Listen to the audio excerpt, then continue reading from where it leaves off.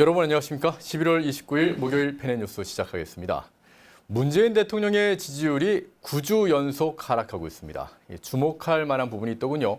전 정부에서 이 더불어민주당 쪽으로 좀 기울어져 있던 중도층에서 이 문 대통령에 대한 부정적인 평가가 긍정적 평가를 앞섰다는 겁니다. 전 정부에서는 문재인 정부 쪽을 지지했던 분들이 지금은 지지를 하지 않는다, 그런 얘기인데요. 가장 큰 하락의 원인, 이 지지율 하락의 원인으로 꼽히는 것은 무엇보다도 이 소득주도 성장 등 문재인 정부의 경제정책 실패가 꼽혔고요. 이와 함께 대북 운전자론, 또 중재자론, 이런 대북 정책을 주장했었지만 결국엔 다 북한 퍼주기였냐, 이런 인식이 확산된 것이 주요 원인으로 분석이 됐습니다. 그런데요, 여러분, 제가 오늘 들은 얘기인데 혹시 문재인 골프라는 말 들어보셨는지요? 골프를 칠 때 이 내기를 하는 방법이라고 하는데요. 먼저 골프를 치기 전에 내기돈을 다 모은 다음에 매홀 시상을 합니다. 1등은 4만 원, 2등은 3만 원, 3등은 2만 원, 꼴등은 만 원 이렇게 준답니다. 그러다 보면 내기돈이 떨어지겠죠. 이때 가장 많이 가진 사람의 돈을 빼앗아서 다시 내기돈으로 삼는 방식이라고 하는데요. 이 골프를 그렇게 게임을 하게 되면은 잘 치면 돈을 계속 뺏기지 않습니까? 그런 재미가 좀 있고 뺏는 재미가 있다고 하는데 문제는 스코어는, 골프 점수는 다 망가진다고 합니다. 가진 사람, 또 나보다 더 많이 가진 사람과 나보다 더 잘난 사람을 죄악시하는 이 현 정부의 정책이 이제는 골프 내기에 그대로 반영된 것 같은데 현 정부가 이런 현상에 대해서 어떻게 반응을 하게 될지 좀 알아듣고 고칠지는 모르겠습니다. 자, 오늘도 저희 펜앤뉴스 보시기 전에 좋아요와 구독을 부탁드립니다. 여러분의 구독과 후원이 자유, 진실, 시장의 가치를 지키는 저희 펜앤뉴스, 저희 독립언론 펜앤마이크의 큰 힘이 됩니다. 오늘 주요 뉴스 함께 보시죠. 문재인 대통령이 올해 8번째 해외 순방 중인 가운데 우리 시간으로 오늘 밤 2번째 순방국인 아르헨티나에 도착합니다. 대통령의 해외 순방 목적과 일정에 대한 논란을 취재했습니다. 우리나라가 UAE 바라카 원전 운영권이 프랑스 기업에 넘어갔다는 의혹이 제기된 가운데 정부가 일부에 불과하다는 입장을 내놓았습니다. 하지만 전문가들은 국내 탈원전 정책으로 인한 불신이 가져온 결과라고 지적하고 있습니다. 더불어민주당의 구글 규제법 추진에 대해 해리스 미국 대사가 반대한다고 밝혔습니다. 국내 법안에 대한 반대 입장은 매우 이례적인 일로 파장이 있을 것으로 보이는 가운데 방통위의 인터넷 개인방송 후원 제한에 유튜브도 포함되면서 논란이 일고 있습니다. 미북 고위급 회담이 무기한 연기되는 등 북핵 문제를 둘러싼 미북 대화가 실마리를 풀지 못하고 있는 가운데 미국은 대북 제재를 지속한다는 원칙을 밝히고 있습니다. 대북 제재 속 북한이 대북 제재를 피할 수단을 알아봅니다.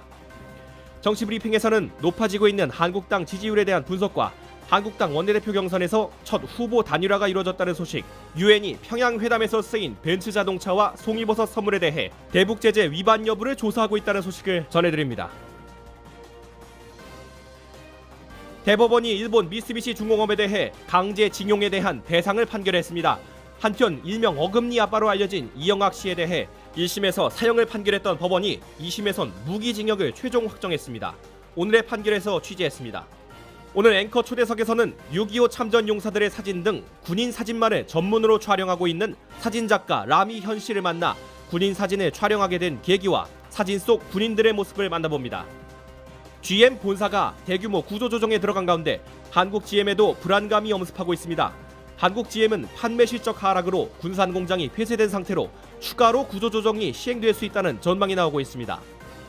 연말까지 추가로 금리를 인상하겠다고 예고했던 미국 연방준비제도의 파월 의장이 금리 인상 속도를 조절할 수 있다고 발표했습니다. 발언의 배경과 우리나라에 미칠 영향을 취재했습니다. 국민투표와 지방선거를 통해 친중을 선택한 대만을 향해 중국과 미국의 구애가 이어지고 있습니다. 중국은 대규모 단체 관광객을 보내며 대만인들의 마음을 공략하고 있습니다. 문재인 대통령이 지금 올해 8번째 해외 순방을 하고 있죠. 이 체코를 떠나서 아마 오늘 밤쯤에는 이 2번째 순방국인 아르헨티나에 도착한다고 하는데요. 아르헨티나에서는 G20 정상회의에 참석할 예정입니다. 자, 이렇게 해외를 돌아다니고 있는 이 대통령, 그 해외 순방의 목적과 일정에 대해서 우리 신민영 기자와 함께 얘기를 나눠보도록 하겠습니다. 신 기자 어서 오십시오. 자, 문재인 대통령이 이번 순방 일정 어떻게 보면은 체코로 갔다가 그 다음에 아르헨티나, 뉴질랜드 굉장히 동선이 좀 이상하다 그런 생각이 들더라고요. 좀 힘든 경로로 이렇게 짜인 거 아닌가요? 네, 문재인 대통령의 이번 순방 일정은 가히 네. 살인적이라고 할 수 있는데요.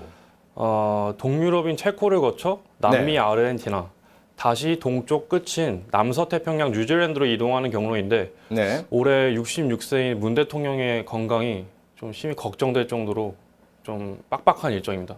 야, 이거 대단히 빡빡한 그런 일정이라고 하셨는데 그렇다면은 이런 대통령의 일정을 짜는 곳이 있을 거 아닙니까? 네. 그 짜는 곳에서는 왜 이런 일정을 계획했을까요? 먼저 체코 방문 목적은 당초 원전 세일즈로 알려졌습니다. 네. 하지만 청와대 고위 관계자는 현재 도착하자 원전은 총리와의 면담 의제가 아니다라고 말을 바꿨고 예. 막상 안드레이 바비시 총리와의 회담이 시작되자 다시 원전을 언급하는 오락가락한 모습을 보여줬습니다. 예. 네.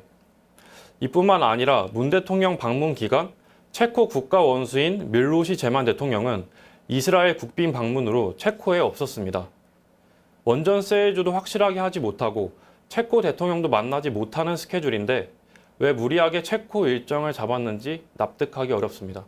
뭐 일각에선 이런 얘기도 있더라고요. 이 체코에 북한 대사관이죠. 북한 대사관인데 거기에 김정은의 형이 있다. 그런 얘기도 있더라고요. 김평일이 있다. 뭐 그런 얘기도 있는데 설마 그러진 않았겠죠.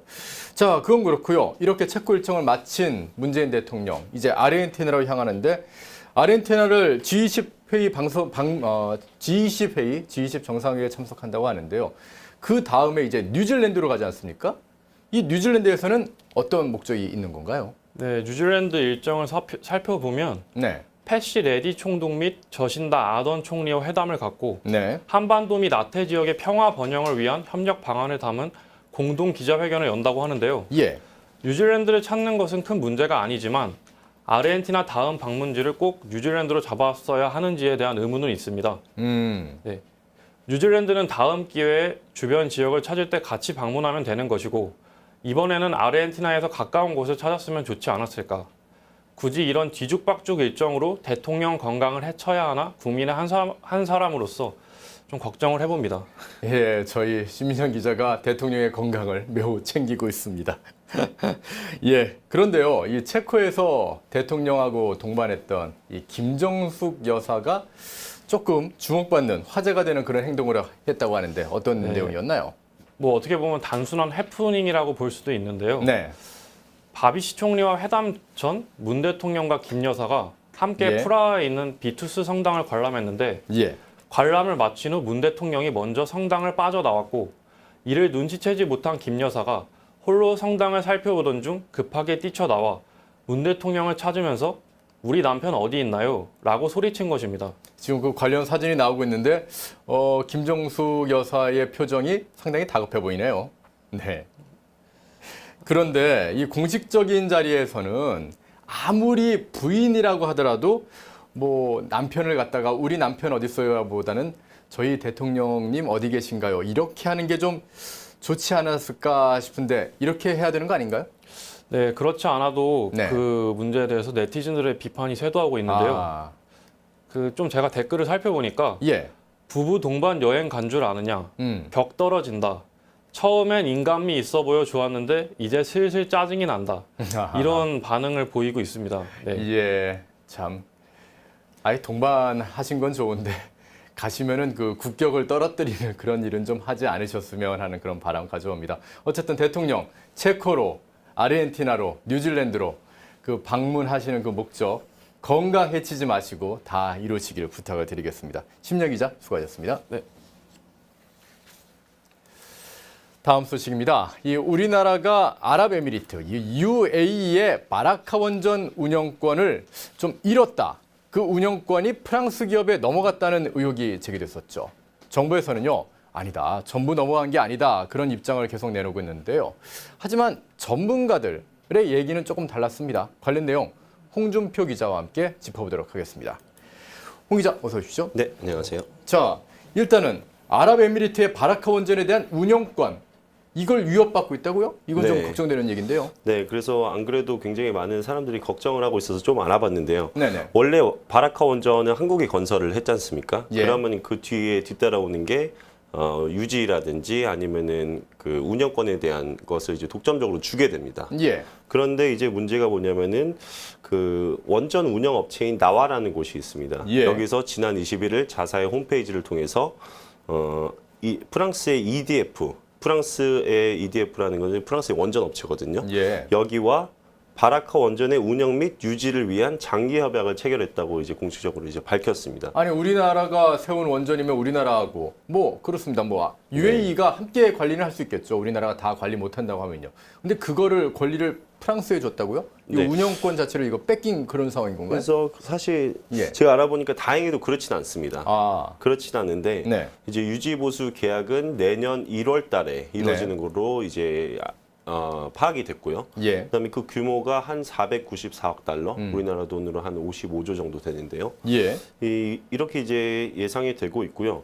여기에 대한 이제 산업부 설명도 이제 나왔습니다. 산업부 설명은 이제 UAE의 바라카 원전 건설 중에도 뭐 미국이라든지 영국 쪽에서도 이런 비슷한 협약이 있었다. 그래서 크게 우려할 만한 것은 아니고 단순히 기술 자문 정도에 이제 불과하다라는 이제 설명을 이제 내놓기도 했습니다.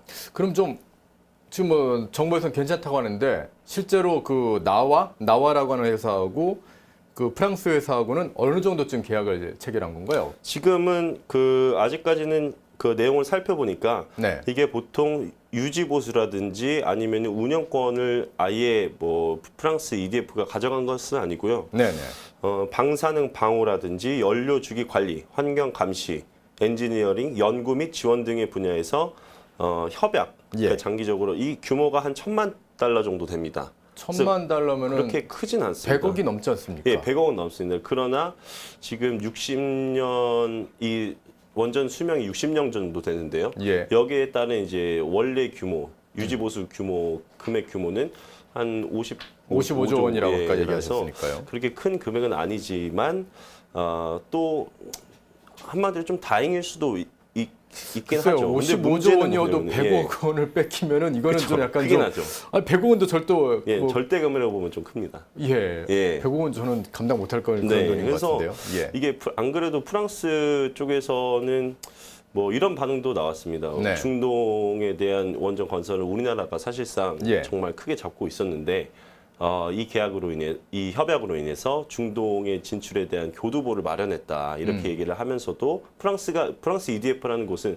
우리 한전의 최대 경쟁 업체거든요. 예. 그래서 이런 업체가 만약에 중동 쪽에 이제 본격적으로 진출을 하게 된다면은 그 국내에서는 우리나라 같은 경우는 탈원전을 굉장히 심하게 예. 하고 있지 않습니까? 그러면서 뭐 좀 알아보니까 뭐 대학에서도 참 네. 원전 관련된 학과들이 없어지고 있고 예. 거기에 따른 사실 일자리도 조금씩 이제 줄어들고 있어서 그게 이제 문제인데 이런 상황에서 60년 기간 동안 유지보수를 하려면 인력들이 꾸준히 충원이 돼야 되지 않습니까? 그렇죠. 그러다 보니까 해외로 지금 인재들이 유출되는 상황이기도 한데 예. 중국에서 막 빨아들이고 예, 있다고 하더라고요. 그렇습니다. 네. 그러니까 이런 상황에서 이런 문제를 업계에서는 우려하지 않을 수가 없는 것이죠.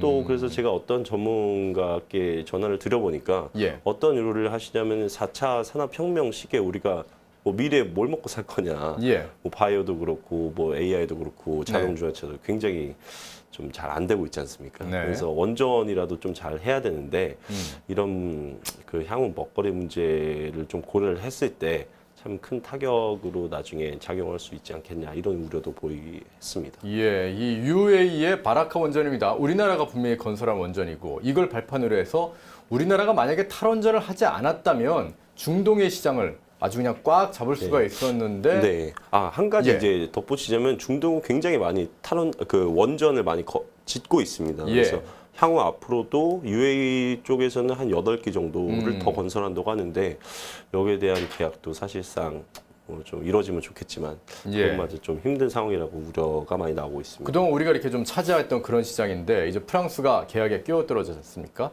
그럼 또 프랑스도 나름 잘한다면 프랑스가 우리 시장을 송두리째 가져가는 그런 그렇습니다. 일도 벌어질 수가 있겠고 예, 좀 그렇습니다. 걱정되는 그런 상황인 것 같습니다. 홍준표 기자 소식 잘 네, 들었습니다. 감사합니다. 다음 소식입니다. 이 더불어민주당에서요 구글 규제법이라는 걸 만들었습니다. 그러니까 아직까지는 지금 발의한 그런 상태인데요. 구글의 서버, 특히 이제 국내에 관리된 그런 서버는 국내, 한국 안에 유치하게끔 하겠다. 그런 내용이었는데 이에 대해서 아주 이례적으로 미국의 해리스 대사, 주한 대사죠. 해리스 미국 대사가 반대한다고 공식 입장을 밝혔습니다. 이 파견되어 있는 해당 국의 국내 법안에 대해서 대사가 반대 입장을 낸다. 정말 이례적인 일인데요. 그 파장이 만만치 않을 것 같습니다. 관련 내용들 모아서 이세영 기자와 함께 얘기 나눠보도록 하겠습니다. 이세영 기자. 자, 해리스 주한 미국 대사. 국내 법안이죠. 이 더불어민주당에서 발의한 그 법안에 대해서 부정적인 입장을 밝혔다고 그랬는데 좀 더 구체적으로 좀 얘기를 해주시죠. 네, 해리스 대사는 어제 한 토론회에서 네. 데이터 서버화를 피해줄 것을 요구한다고 밝혔는데요. 네. 네, 이는 민주당 변재일 의원이 지난 10월 29일에 대표 발의한 정보통신망법 개정안을 지칭한 것으로 보입니다. 예. 개정안에는 국내 지금 개정안에 예, 여보세요? 예. 다시 한번 얘기를 해 주시겠습니까? 네, 예. 마이크 전원이 안 좋은가요? 예, 다시 한번 좀 체크를 좀 해주시기 바랍니다. 예, 계속해서 대화를 하도록 하겠습니다. 예, 해리스 주한 미국 대사가 이례적으로 국내 법안에 대한 부정적인 입장을 밝혔다고 그러는데 그 자세한 내용 다시 한번 좀 설명을 좀 부탁드리겠습니다. 예, 지금 말씀드리면 그 개정안에는 국내 데이터 서버를 네. 이제 서버 설치를 의무화하는 내용이 담겨 있었습니다. 네, 말씀하시죠. 예, 계속해서 말씀해 주시기 바랍니다. 예, 자료 보여주시겠어요? 네, 그 다음 장면을 보시면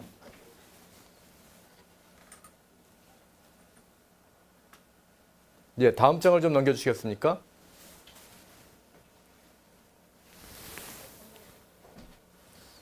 예, 지금 저희가 잠시 지금 마이크 상태가 고르지 못해서 다시 한번 마이크를 좀 체크하고 진행을 하도록 하겠습니다.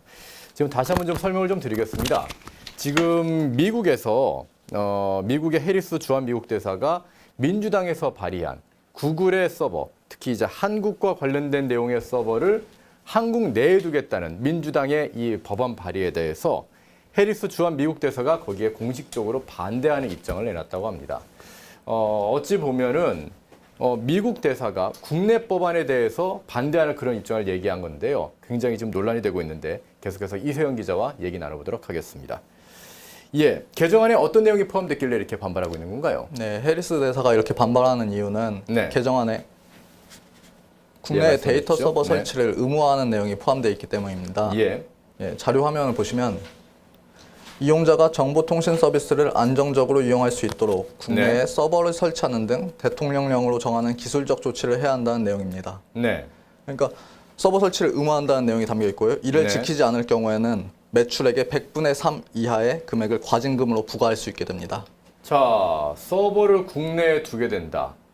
글쎄요, 저는 이게 뭔가 좀 저희가 있을 것 같은데 민주당에서 이런 법안을 발의한 이유가 뭔가요? 예, 일단 표면적으로는 다음 장면을 보시면 네, 글로벌 콘텐츠 사업자가 일방적으로 이용자의 콘텐츠에 대한 접속 경로를 변경해서 이용자들이 서비스 속도 저하 등의 불편을 겪은 사례를 핵심 이유로 제시했는데요. 네. 이러한 불편을 방지하고 이용자들의 안정적인 서비스 이용을 위한 기술적인 조치를 해야 한다는 것입니다. 예. 자, 이용자가 불편이 있어서 그렇다. 그렇다면 이거는 뭐 구글에서 알아서 하면 되는 거 아닌가요? 이걸 구태여 정부가 뭐 이렇게 법안 같은 걸 만들어야 되는 건가요? 네, 말씀처럼 사업자가 해결해야 되는 부분에 대해서 왜 정부가 나서냐는 반응도 나옵니다. 네. 한 미디어학과 교수는 이에 대해서 예. 규제는 해야겠다는 목적에 경도돼서 무리하게 입법을 진행하는 것으로 보인다고 평가했습니다. 예, 그렇군요. 그리고 시행 시 여러 가지 우려나 문제점도 제기되고 있습니다. 예. 결국 글로벌 기업만을 차별하는 것인 만큼 한미 FTA를 이제 침해한다는 반박도 제기되고 있고, 예. 국제적인 거래 업체들이 영업하는 국가마다 데이터 센터를 설치한다는 것이 결국 해외 사업자를 위축시키는 효과를 불러올 것이라고 우려했습니다. 예, 알겠습니다. 그런가 하면요, 이 방송통신위원회에서 인터넷 방송, 개인 인터넷 방송을 갖다가 후원하는, 뭐 아프리카 같은 데서는 별풍선이랑 그런 방식을 하고, 또 저희 유튜브에서는 이 슈퍼챗이랑 그런 방식으로 개인 후원 방송을 개인 후원을 하고 있는데 이거를 규제하는 그런 법안을 발의했다면서요? 또 그 법안이 아니군요. 그런 가이드라인을 제시했다고요? 네, 같은 날인 어제 방통위는 네. 인터넷 개인 방송 유료 후원 아이템 결제를 제한하는 어떤 가이드라인을 발표했습니다. 네. 핵심적인 내용은 아까 화면에 보여주셨듯이 이제 유튜브 슈퍼챗이나 아프리카 TV 별풍선, 카카오 TV 쿠키 등을 통해서 후원을 할 때 이용자당 1일 100만 원 이하로 제한하겠다는 것입니다. 자, 그러면 저희도 이제 유튜브를 플랫폼으로 가지고서 유튜브 방송을 하고 있지 않습니까? 지금 오늘은 아직까지 후원이 지금 안 들어오고 있는데 이렇게 슈퍼챗으로 후원을 하고 계신 분이 만약 있다고 하면은 그 금액을 제한을 받게 되는 건가요? 예, 그렇습니다. 이제 이 가이드라인 나온 배경이 이제 네. 순간적으로 후회할 만한 금액을 이제 후원하거나 이럴 경우를 대비하거나 예. 뭐 미성년자가 자기 몰래 이제 후원을 했다 이런 것을 부모들 몰래. 예. 방지하기 위해서 그 일단 가이드라인을 이제 건전한 환경을 만들겠다고 해서 이 가이드라인을 제시한 것입니다. 예. 우리가 해당이 되는 거죠, 그러면? 예, 저희도 해당됩니다. 어허. 글쎄요, 그동안 뭐 가짜 뉴스를 통해 가지고 뭐 만들어내는 곳이다라고 저희를 막 공격하고 그러더니 이제는 저희가 받는 그런 어떤 후원이나 저희의 재정적인 압박을 가하려고 하는 건 아닌가 하는 그런 생각. 합리적인 의심이겠죠. 이런 생각 지울 수가 없는 것 같습니다. 이수영 기자 수고하셨습니다.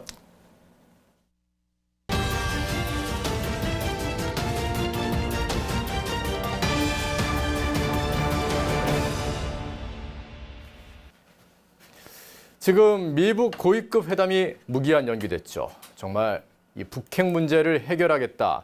트럼프 대통령은 싱가포르 회담 이후 미북 대화에는 전혀 문제가 없다. 언제든지 대화할 수 있다. 그러다가 뭐 시간에 구애받지 않겠다. 그러면서 다시 또 비핵화의 원칙은 그대로 유지하겠다. 이런 식으로 왠지 이 미북 대화가 점점 멀어지는 것 같은 그런 느낌을 지울 수가 없는데요. 이렇게 되면은 미국은 또 전 세계는 북한에 대한 대북 제재 계속하겠죠. 과연 이렇다면 북한은 견딜 수 있을까요? 북한이 혹시 이 대북 제재를 피하려고 하는 그런 방법을 강구하지 않을까요? 이 관련 내용을 양현희 기자와 함께 알아보도록 하겠습니다. 양현희 기자. 자, 미국이 진짜 정말 사상 유례 없는 강력한 대북 제재를 지금 가하고 있지 않습니까? 네. 그런데 이 북한이 대북 제재를 피할 방법을 연구하고 있을지도 모르겠다고요? 예, 지난 2년 동안 미국과 유엔은 사상 유례가 없을 정도로 강력한 대북 제재를 가하고 있는데요. 네. 이에 따라 이 제재를 회피하고 정권을 생명을 유지시키기 위한 북한의 노력도 정말로 가상할 정도로 노력도 지금 증가하고 있습니다. 예. 그래서 28일자 미국의 일간지 월스트리트 저널이 보도하기를요. 북한이 정말로 가짜 신호들과 선박을 이용해서 대북 제재를 어떤 술책, 어떤 책략을 통해서 이것을 회피하고 있는가에 대해서 자세하게 보도를 했습니다. 예.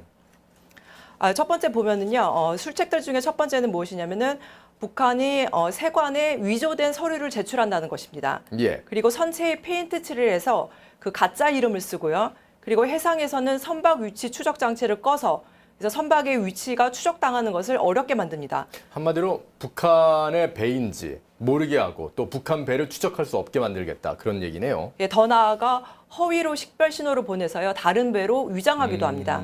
예. 그렇게 해가지고 북한이 왜 우리나라에도 전해보면 이렇게 북한 석탄도 좀 문제가 됐는데 이렇게 아예 그냥 북한의 그 지하 광물 같은 것들을 불법적으로 수출할 수도 있는 그런 가능성이 나오는 건가요? 예, 이미 북한은 우리나라에 불법으로 석탄을 들여보낸 적이 있다고 이제 밝혀졌는데요. 네네. 실제로 대북 제재가 가해진 이후에 2017년이죠. 작년 8월 5일에 대북 제재 2371호에 따라서 북한의 철과 석탄 그리고 철광석 납 이런 것들이 수출이 전면 금지됐습니다. 예. 그러니까 북한은 석탄을 전혀 이제 수출을 해서는 안 되는데요. 사실 이 북한이 수출을 하는 것 중에 40% 정도가 이 천연 자원입니다. 그리고 예. 이 돈은 모두 북한의 군부에게로 돌아가는 것으로 알려져 있습니다. 예. 그래서 지금 군부가 굉장히 궁핍한 상황인데요.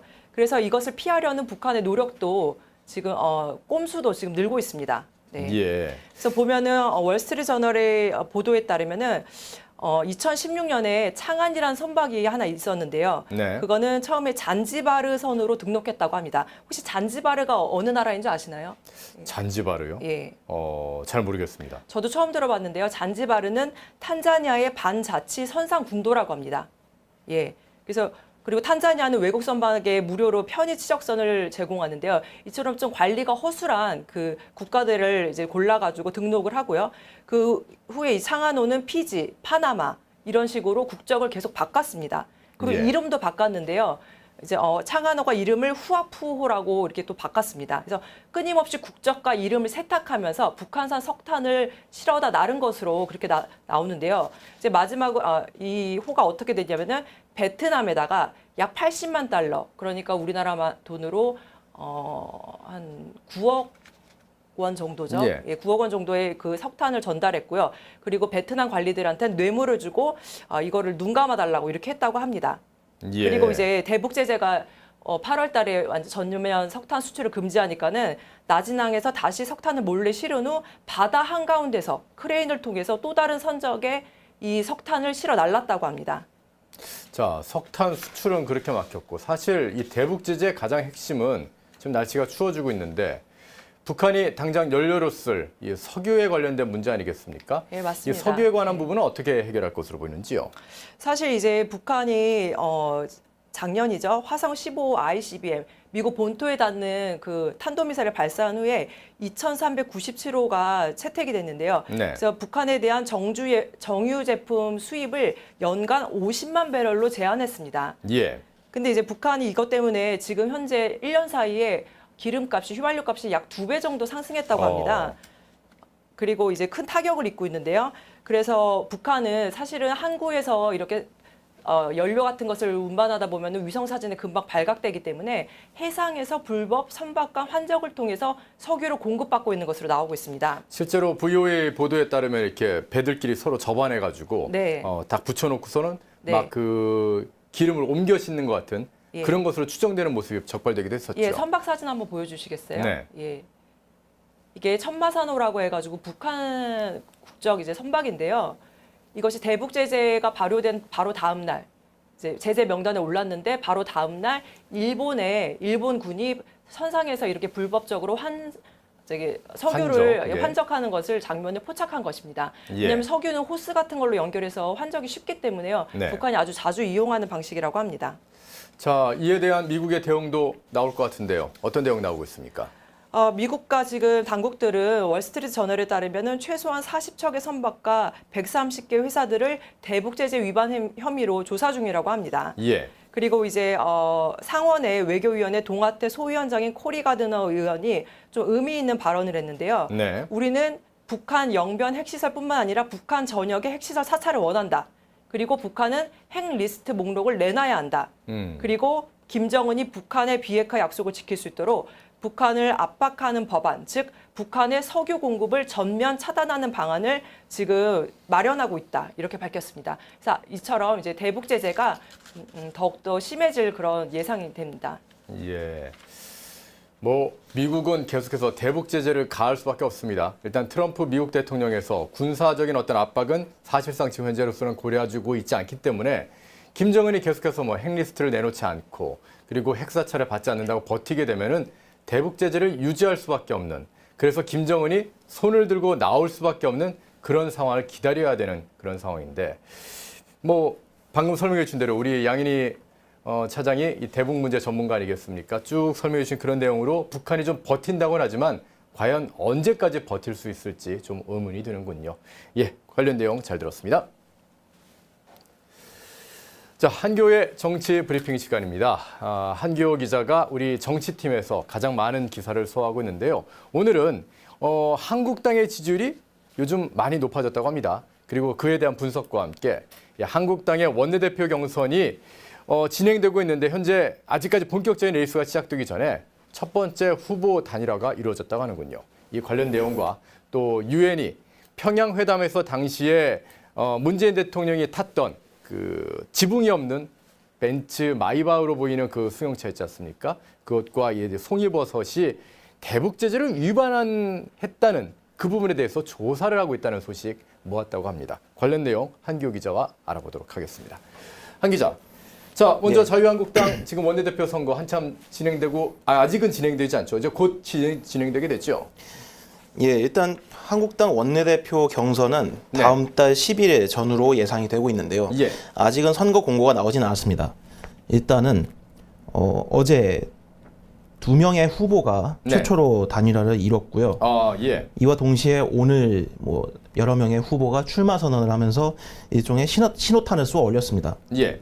그래서 최대 현재 5파전이 형성이 돼 있는데 네. 앞으로는 점점 좁혀져서 최종적으로는 친박계와 비박계에 각각 지원을 받는 후보 간 양강 구도가 형성될 것 같습니다. 예. 후보들의 지금 사진이 지금 뒤에 나와 있는데 예. 보면서 좀 자세히 좀 설명을 좀 부탁드릴게요. 예, 일단 순서대로 사진 순서대로는 아닙니다만 네. 비박계 잔류파 다시 설명드리겠습니다. 예. 비박계 김학용 의원이 어제 비박계 잔류파 강석호 의원과 단일화를 이루면서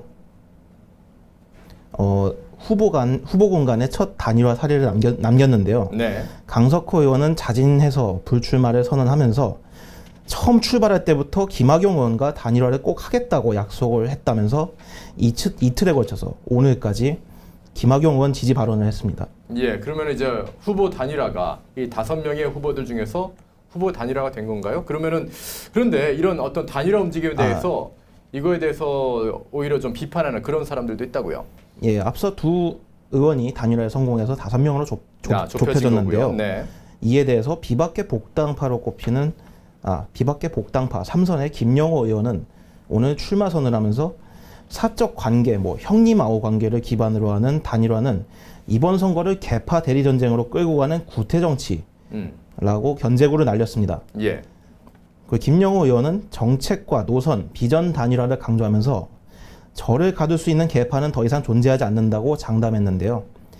이 김 의원은 20대 국회 전반기 국방위원장을 지내면서 당 소속에 상관없이 안보 소신을 피력해온 인물입니다. 그렇다면은 이렇게 비박계에서 계속해서 후보 단일화에 대해서 이거는 좀 아니지 않냐는 그런 반응을 보였다는 얘기인데 예. 그렇다면 비박계 맞은편에 서 있는 소위 말하는 이 친박계에서는 어떤 반응 보이고 있습니까? 예, 일단 비단 친박계 내에서만 일어나고 있는 얘기는 아닌데요. 예. 비박계 잔류파 4선의 나경원 의원과 친박계 4선 유기준 의원을 둘러싸고 이 친박계 몰표를 기대하는 단일화 가능성이 거론되고 있습니다. 예. 나경원 의원은 어제 출마 선언을 하면서 지긋지긋한 개파 싸움을 끝내겠다면서 자유대한민국의 헌법가치 수호와 함께 보수정당 최초의 여성 원내대표 구호를 꺼내 들었는데요. 예. 나경원 의원은 이제 친박 잔류파 의원들과 좀 접촉을 늘리면서 보폭을 넓혀온 걸로 알려져 있습니다.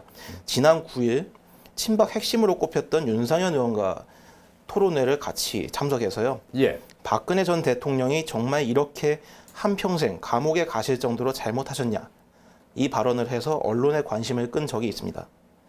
또 유기준 의원은 아직 출마 선언에 나서진 않았는데요. 예.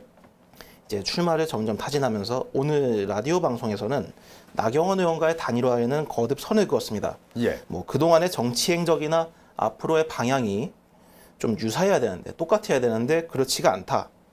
그러면서 일단 각을 세웠는데요. 본인을 강조하는 이유로는 야당 지지율의 정체를 들면서 메신저 교체가 필요하다고 내세웠습니다. 이 밖에도 친박 출신인데 잔류파 3선인 유재중 의원도 공식 출마 선언을 저울질하고 있습니다.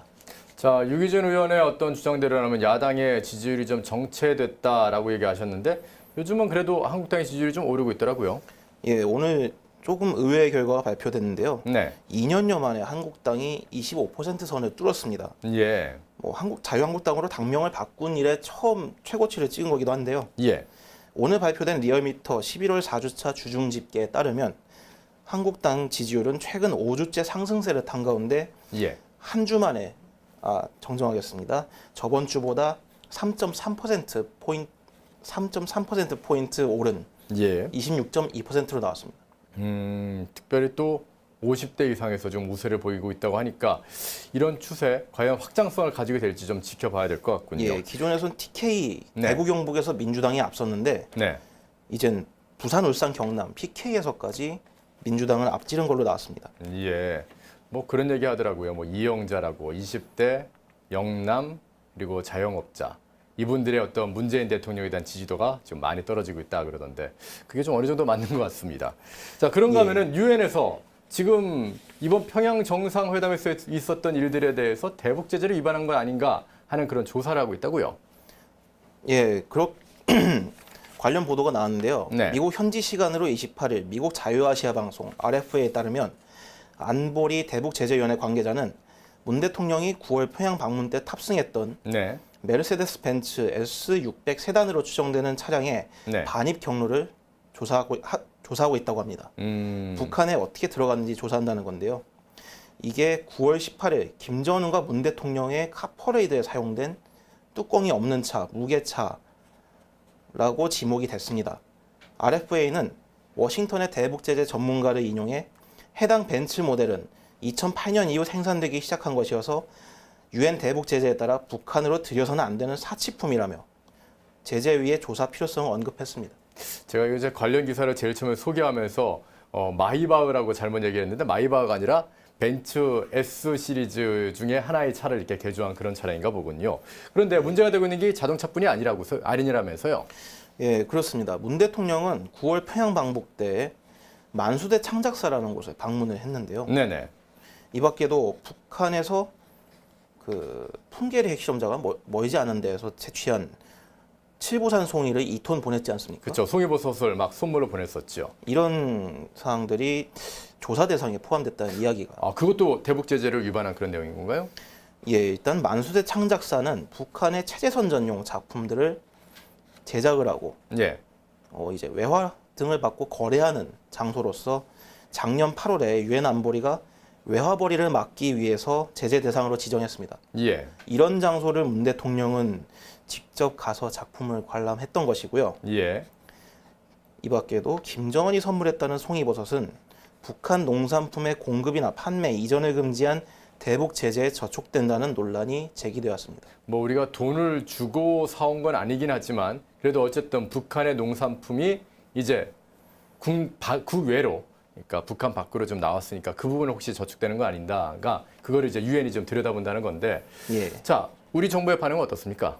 일단 외교부는 오늘 대변인이 정례 브리핑을 하면서는 뭐 제재의 틀 안에서 미국과 긴밀한 공조하에 남북 협력을 해왔으니 문제가 없다. 예. 이런 식의 원론적 언급과 함께 제재 위반 때문에 조사받고 있다는 의혹을 부인했습니다. 예. 하지만 이제 RFA 보도 이후에 국내 매체 중에 헤럴드 경제 같은 곳에서는 유엔 관계자를 취재해서 문 대통령이 조사 대상이 되는지 아닌지 그거에 대한 문의를 했고요. 답변을 자신들의 보도로 소개했습니다. 예. 이런 정황을 미뤄봐서는 조사 자체가 실시되고 있는 건 사실인 것 같습니다.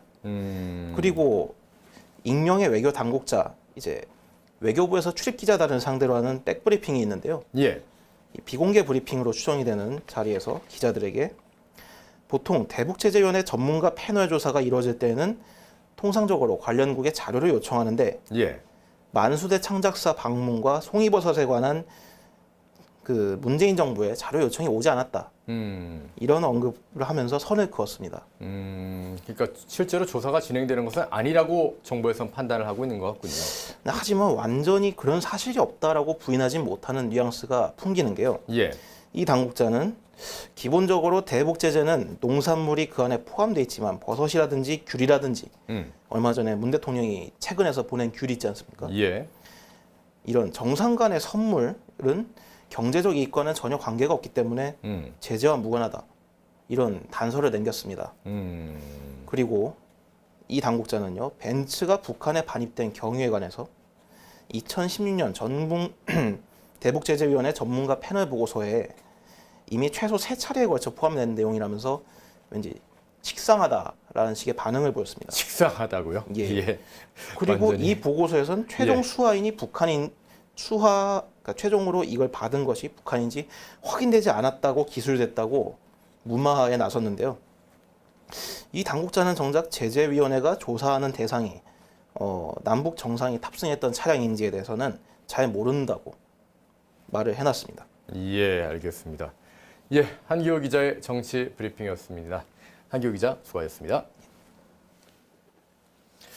오늘 중요한 판결이 대법원에서 나왔죠. 이 대법원에서 일본 미쓰비시 중공업에 대해서 강제징용, 일제시대 강제징용에 대해 배상하라고 판결했습니다. 대법원에서는 이에 앞서서 신일본 제철에 대해서도 강제징용 배상을 판결했었는데 지금 일본이 굉장히 강하게 반발하고 있습니다. 일본 정부에서는요, 이 관련 기업들에 대해서 배상이나 화해를 절대 하지 말라 그렇게 엄포를 놓고 있다고 하는데 이 소식과 함께 또 일명 이 어금니 아빠로 알려졌던 이영학 씨에 대한 그 최종 무기징역 확정 소식을 묶어서 김종현 기자와 함께 알아보도록 하겠습니다. 김 기자, 오늘 제가 보니까 큼직한 사건이 좀 많았던 것 같은데 일단 이 두 가지 판결 좀 살펴보도록 하죠. 저희가 먼저 일제강점기 때 네. 일본 미쓰비시에 이제 강제징용으로 그러니까 강제징용과 정신대로 끌려간 피해자들이 그 청구한 보상금을 대법원이 지급하라고 판결을 했습니다. 지금 마이크를 한번 좀 다시 좀 체크해 주시겠습니까? 마이크 가운데 버튼을 좀 눌러주세요. 네, 밖에서 마이크를 차고 들어오실 때 항상 마이크를 체크하고 들어오시기를 부탁을 드리겠습니다. 다시 한번 얘기를 좀 해주시죠. 일제강점기 때 이제 일본 기업 미쓰비시에 강제징용과 정신대로 이제 피해자들이 끌려간 부분이 있는데요. 이 사람들이 청구한 보상금이 있습니다. 근데 오늘 대법원이 지급을 하라고 판결을 했습니다. 그리고 다음으로 정례본 건 어금니 아빠로 알려진 부분인데 이영학에 대해서 법원이 오늘 무기징역을 확정을 내렸습니다. 두 가지 다 절대로 뭐 이렇게 가볍게 볼 수 있는 그런 사건이 아닌데 하나씩 보죠. 자, 먼저 강제징용 문제인데 미쓰비시 이 판결과 관련해서 제가 아까 잠깐 설명드렸지만 비슷한 판결이 하나 더 있었죠. 신일본 제철과 관련한 판결이요. 네, 맞습니다. 저번 달 30일에도 대법원이 일본 제철에다 강제징용 피해자의 배상 책임이 있다. 네. 그러니까 돈을 줘라라고 판결한 적이 있는데 네. 미쓰비시나 신일본 제철 모두 이제 일본 법정에서도 재판을 했는데요. 네. 여기서는 이제 일본에서는 배상 책임이 없다 이런 식으로 얘기가 나왔습니다. 근데 우리 대법원은 뭐 다 일본 기업 측에 배상 책임이 있다라고 판결을 하면서 피해자들이 이번에 한 사람당 1억 8천만 원에서 1억 5천만 원 정도 배상을 받게 됩니다. 예. 그러니까 우리나라와 일본 양쪽에서 지금 재판이 진행됐는데 일본에서는 배상 책임 없다라고 판결이 나오고 우리나라에서는 배상 책임이 있다라고 지금 판결이 나온 것이군요. 맞습니다. 자, 일본의 반응이 좀 궁금합니다. 되게 유감을 표명했는데요. 네. 저번 달에도 유감을 표명했는데 그 일본은 1965년도에 그러니까 저희 박정희 대통령 당시에 우리나라하고 국교 정상화를 하면서 한일 기본조약이라는 걸 맺었습니다. 그러면서 무상 3억 달러, 유상 2억 달러를 지원을 했는데요. 네. 대신에 이제 양 국민이나 국가 간에 청구권 문제에 대해서는 얘기하지 말자 이렇게 얘기를 했습니다. 그러니까 그때 조약서에다가 완전하고도 최종적으로 얘기를 했기 때문에 그 단서를 붙였기 때문에 다시는 이제 청구권 문제에 대해서 언급을 하지 않기로 했는데 우리나라 국민들은 아무래도 일본에 대해서 약간 악감정이 있기 때문에 예. 이런 소송이 진행된 걸로 보입니다. 저는 악감정 없는데요. 일본에 대해서 악감정이라고 하는 거는 글쎄요. 뭐 역사 속에서 악감정이 하지만 제 개인적으로 뭐 받은 피해는 없기 때문에 그렇게 악감정이라고 할 정도의 감정은 없다는 말씀드리겠습니다. 예, 계속해서 보도해 주시죠. 네, 그 고노다로 일본 외무상이 이제 신일본 제철 그 판결을 한 다음에 네. 말이 나왔는데요. 담화문을 내면서 일본 기업에 배상 책임이 있다는 것은 부당하게 너무 불이익을 주는 것이다. 그리고 유감이다. 이런 예. 식으로 입장을 얘기하고 뭐 전문가들은 이런 그 담화문을 보고 앞으로도 되게 한일 관계 악화가 될 수 있다. 이런 식으로 얘기를 했습니다. 예, 다음 소식 좀 알아보겠습니다. 이 어금니 아빠 사건이라고 그러는데 어금니 아빠. 한동안 뭐 세간을 떠들썩하긴 했는데 벌써 잊어버리신 분들이 많으신 것 같습니다. 좀 설명을 부탁드릴게요. 네, 간단하게 말씀드리자면 그 어금니 아빠라는 거는 그 거대 백악종이라는 병 때문에 생긴 별명인데요. 네. 그 잇몸이나 치아 뿌리에 뭐 종양 같은 게 자라서 나중에 얼굴이 이렇게 부어오르는 뭐 그런 병이 그 이영학한테 있다고 합니다. 예. 근데 오늘 판결은 이제 이영학이 작년 9월에 딸 친구를 이제 꿰어내서 부르고 수면제를 먹이고 성폭행을 한 다음에 네. 죽였습니다. 살인 사건이었죠. 네, 근데 이거만으로도 되게 그 큰 잘못인데 이거를 또 시체까지도 유기를 해가지고 오늘 판결이 또 나왔는데 예. 또 다른 사건들에서도 뭐 아내들을 폭행을 하고 뭐 성매매를 이제 지시를 했다던가 아니 뭐 다른 사람한테 사기를 쳤다던가 뭐 집에 맘대로 들어갔다던가 이런 절도 같은 범행 같은 게 되게 많은 사람입니다. 예, 정말 한마디로 극악무도한 그런 범죄자란 얘기인데 그런데 이게 무기징역이 오늘 확정됐다고 하는데 1심에서는 사형이었다고요? 네, 맞습니다. 2월에 이제 1심이 진행이 됐는데 사형이 선고가 됐다가 네. 2심 그러니까 이영학이 항소를 해서 2심이 진행이 됐습니다. 예. 거기서 막 눈물을 흘리면서 비니까 이제 판사들도 마음이 좀 약해졌는지 예. 이영학은 정상적인 사람이 아니다. 그렇기 때문에 너무 일반적인 사람처럼 판결을 하면 너무 가혹하다라고 하면서 무기징역으로 사형을 감형했습니다. 좀 한 단계 낮춰주긴 한 건데 글쎄요. 맞습니다. 이 피해를 당한 피해자 입장 그리고 유족들의 입장에서는 수긍하기가 쉽지 않았을 것 같은데요. 네, 그 제가 라디오 인터뷰를 하나 들었는데요. 네. 거기서 이제 그러니까 살해당한 여중생의 아버지가 인터뷰를 하셨는데, 그러니까 아버지가 이제 내가 이제 법정에서 이영학을 봤을 때 그 내 손으로 죽이지 못한 게 너무 안타깝다. 아하. 그리고 뭐 무기징역이 나온 법정까지의 과정이 너무 그러니까 억울하다. 그러니까 억울하다는 말씀을 하셨습니다. 그러니까 피해자 상황을 이제 진짜로 이해할 수는 없겠지만은 정말 안타까운 사건이었습니다. 예. 뭐 일단 확정 판결로 됐으니까 뭐 받아는 드려야 될 것 같은데 그 피해자의 그 심정을 위로할 수 있는 방법도 좀 있었으면 하는 그런 생각 가져봅니다. 네, 김정현 기자 잘 네, 들었습니다. 감사합니다. 정규제와 함께하는 저널리즘 스쿨. 정규제 주필과 국내 신문, 방송, 학계의 명강사진이 펼치는 12번의 강의가 펼쳐집니다. 기간은 12월 17일 월요일부터 내년 1월 11일 금요일까지 월요일, 수요일, 금요일 주 3회 수업으로 오전 10시부터 12시까지 하루 2시간 동안 진행됩니다. 저희 저널리즘 스쿨은 자유민주주의와 자본주의 시장경제에 대한 이해 증진, 자유 언론에 대한 이해 확장, 인류 언론인 육성을 목표로 하고 있습니다. 정원은 30명, 수강료는 50만 원입니다. 우수 이수자에게는 펜앤마이크 인턴 기자의 자격을 부여해드리는 특전이 주어집니다.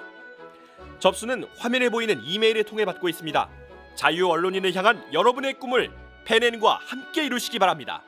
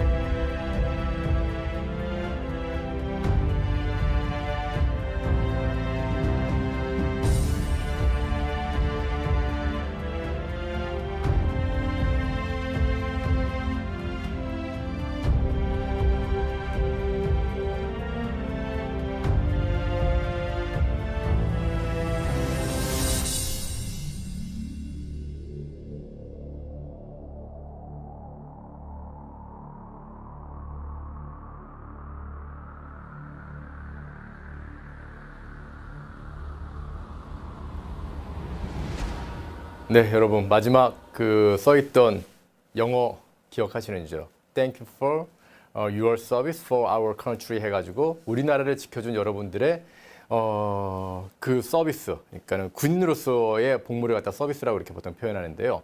그 희생에 감사를 드린다 그렇게 적혀 있습니다. 바로 6.25 참전 용사분들이 여러분께서 방금 보셨던 그 사진 속의 주인공들인데 전부 다 군인들이었죠. 그분들의 이렇게 6.25 참전 용사의 사진만을 전문으로 찍는 분이 계시다고 그래서 저희 펜앤 초대석에서 앵커 초대석에서 한번 모셔봤습니다. 라미현 작가님이신데요. 바로 인사를 드릴게요. 어서 오십시오, 작가님. 안녕하십니까. 저희가 영상을 좀 함께 봤는데 와, 이 군인들의 그 사진 한 장 한 장의 그 표정을 보면서 글쎄요, 그 희생 정신 같은 게 좀 깃들여져 있다고 할까요? 내지는 또 어떤 군인으로서의 그 기계도 들어있다고 할까요? 참 표정이 살아있는 그런 사진이었던 것 같습니다. 이 작품에 대해서 하나씩 좀 소개를 좀 부탁을 드릴게요. 네. 자, 사진을 좀 띄워주시겠습니까? 예, 첫 번째 사진인데요. 이 사진 같은 경우는 2018년 2월에 가서 그 영국군 참전용사입니다. 예. 여기는 이제 런던 근처에는 버지니아 워터라는 곳에서 브랜치인데요. 예. 그곳에 가가지고 촬영을 했습니다. 그리고 앞에 그 존 보이어라고 국기 들고 계신 분이 이제 영국군 참전협회 회장님이신데 예. 그분이 저 국기가 영국군이 한국 전쟁 때 2개의 국기를 썼는데 하나는 분실됐고 아. 그 당시에 썼던 국기를 그대로 가져오신 실제로 겁니다. 썼던 국기를 갖고 계신 거군요. 네, 그렇습니다. 예. 다음 사진도 좀 설명 부탁드리겠습니다. 이 사진 같은 경우는 2018년 10월에 아리조나 피닉스에 가서 찍었던 사진이고요. 네. 이날은 이제 특별하게 그 수잔 키라는 한국 분이 도와주셨는데 사실은 떠나기 한 4일, 5일 전에 좀 급박하게 제가 갈 수 있을 것 같은데 이분들을 모을 수 있을까요? 라고 했는데 그분이 기꺼이 내가 어떻게든 해볼 테니까 오기만 해달라. 그래서 도착했는데 그분이 자기가 200명한테 이메일 보내고 전화하고 장소 예약하고 야. 사람들 모을 수 있으면 뭐 발란티어 구하고 뭐 드실 수 있게 물이나 음식 구했는데 자기가 그렇게 얘기를 했는데 한 명이 오든 5명이 오든 실망하지 말아달라. 예. 예. 근데 이날 기록적으로 82명이 오셨어요. 200분 중에 82분이나요? 네, 네. 와. 그래도 너무 짧은 노티스에 내가 그분이 못하는데 나 나중에 예. 한 번 더 오면은 더 많은 분들을 찍을 수 있으니까 꼭 후원 액자를 만들어서 다시 와달라고 그러시더라고요. 이야, 감동입니다. 지금 제가 막 안에서 지금 소름이 좀 돋는데 다음 사진도 좀 설명 부탁드릴게요. 이분은 이제 샌프란시스코 6월 25일 날 가가지고 찍었던 미국 참전용사 분이시고요. 예. 네. 지금 모자를 보니까 네. 코리아 베테랑 그렇게 써 있군요. 네. 그러니까 참전용사분들 사실은 본인 스스로가 자부심이 많기 때문에 네. 그런 모자들을 항상 쓰고 다니세요. 아. 그래서 미국에 가면은 공항이나 뭐 전철이나 그런 버스에 보면은 이런 분들 사실은 쉽게 만날 수 있습니다. 그리고 사실 미국은 저렇게 참전하신 분들, 네. 뭐 자기 나라, 미국을 지키기 위해서 물론 참전하신 분들도 있겠지만은 다른 나라를 위해서 이렇게 참전하신 분들에 대한 어떤 존경이라 그런 게 참 대단한 것 같습니다. 예. 다음 사진 계속해서 좀 보여주시겠습니까? 이분 같은 경우 사실 특이한데요. 제가 오레곤 포틀랜드 갔을 때 찍었던 사진인데 예. 그 옆에 한국전 참전용사 한국 분이시거든요. 아, 한국 분이시군요. 찍고 가시는데 이제 뒤에서 누가 아버지 일로 오세요 그러시는 거예요. 아버지요? 네, 그래서 예. Your father? 그랬더니 예, 예. 자기 아들 아니고 사이라 그러더라고요. 아. 그 저분 같은 경우는 이제 1975년 정도에 미군으로서 판문점에 근무하셨대요. 네네. 그때 따님을 만나가지고 결혼하셔가지고 아버지는 이제 장인어른은 한국전 참전용사시고요. 예. 저분은 이제 한국에서 근무를 하셨던 미군 참전용사고요. 와. 그래서 같이 찍어드렸던 그러시군요. 거고요. 네. 이제 가족이 된 겁니다. 그러면. 그럼요. 네. 예. 사진이 좀 더 있나요? 한 장 더 보여주시겠습니까? 야, 이 사진은 참전용사는 아니신 것 같은데. 네, 이제 제 프로젝트 솔저가 파트 1은 아이머 솔저 시리즈라고 육군의 네. 그러니까 군인들의 군복을 찍었던 거, 2는 위아 솔저시라고 단체 사진, 3는 이제 군인의 가족 사진, 네. 파트 4가 이제 참전용사인데요. 계속하는 참전도 계속 하는 거고요. 계속해서 하시는 거군요. 이건 어떤 사진인가요? 이게 파트 5고 이제 새롭게 시작하려는 건데 사실은 군을 많이 알다 보니까 네. 군인 말고도 군에서 다치거나 유족들이 너무 많이 하시더라고요. 그래서 그런 분들을 조금씩 이제 기록하려고 시작했던 건데 이분은 어떤 분들이신가요? 이분들은 천안함 생존자 중 9명입니다. 천안함 생존자들이시군요. 와, 다시 한번 사진을 좀 보게 되는 그런 상황인데 사진 한번 좀 크게 좀 확대해 주시죠. 예, 우리 천안함의 용사들이시군요. 네. 이분들 같은 경우도 예. 반드시 기억해야 되고 누군가는 네네. 기록해야 되는데 예. 그런 것들이 없더라고요. 그래서 마찬가지로 군인도 마찬가지고 참여연사 마찬가지로 이분들도 사실은 기록이 필요하기 때문에 앞으로는 이런 분들도 좀 많이 할 생각이 있습니다. 지금 저희가 사진 한 장 더 준비했다고 하는데요.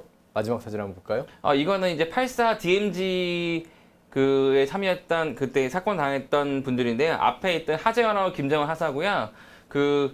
전에는 두 친구가 병원에 있기 때문에 빈 의자에 놓고 찍었는데 그 다음 년에 회복해가지고 가가지고 그때 근무했던 이 내무실에서 같이 찍어준 겁니다. 네, 맞습니다. 사건이죠. 네. 그러면은 지금 저게 그러면 아마도 발이 의족입니다. 의족인 그런 네. 상황이시겠군요. 그래서 마찬가지로 예, 예. 이 84 DMZ도 이제 그 사건 당일부터 매년 8월 4일 날 1사단에서 행사를 하거든요. 예, 예. 그날 가가지고 다 같이 기록하는 걸 하고 있습니다. 아니 정말 제가 그냥 감사하다는 말씀을 먼저 좀 드리고 그리고 시작을 해야 될 것 같습니다. 우리나라의 안보를 지켜주셨고 또 지키고 있는 분들에 관한 그런 사진을 지금 쫙 정리하신 건데 글쎄요. 라미언 작가님께서 이런 사진을 왜 찍게 되셨는지 그게 정말 먼저 궁금해지네요. 저도 사실은 그 육군에 복무했고 병으로 복무했기 때문에 네네. 뭐 군에 대해서 그런 좋은 감정보다는 여러 악감정이 많았던 사람인데요. 2013년에 육군 1사단 홍보 동영상을 제가 제작하면서 제가 제작하는 방식이 인터뷰를 하는 건데 예. 한 군 70명 정도 인터뷰를 했습니다. 예. 그럼 제가 궁금했던 것들을 이것저것 물어보는데 그중에 28년 근무했던 원사님 한 분이 자기가 28년간 근무했던 기간은 나라에는 한치 부끄러움이 없는데 예. 한 가정의 아버지로서 한 가정의 남편은 좀 부끄럽지 않나. 예. 왜요? 물어봤더니 자기가 대학생을 둘이 있는데 어렸을 때 놀러 간 적이 거의 없기 때문에 사진첩이 함께. 하나가 안 된다는 거예요. 예.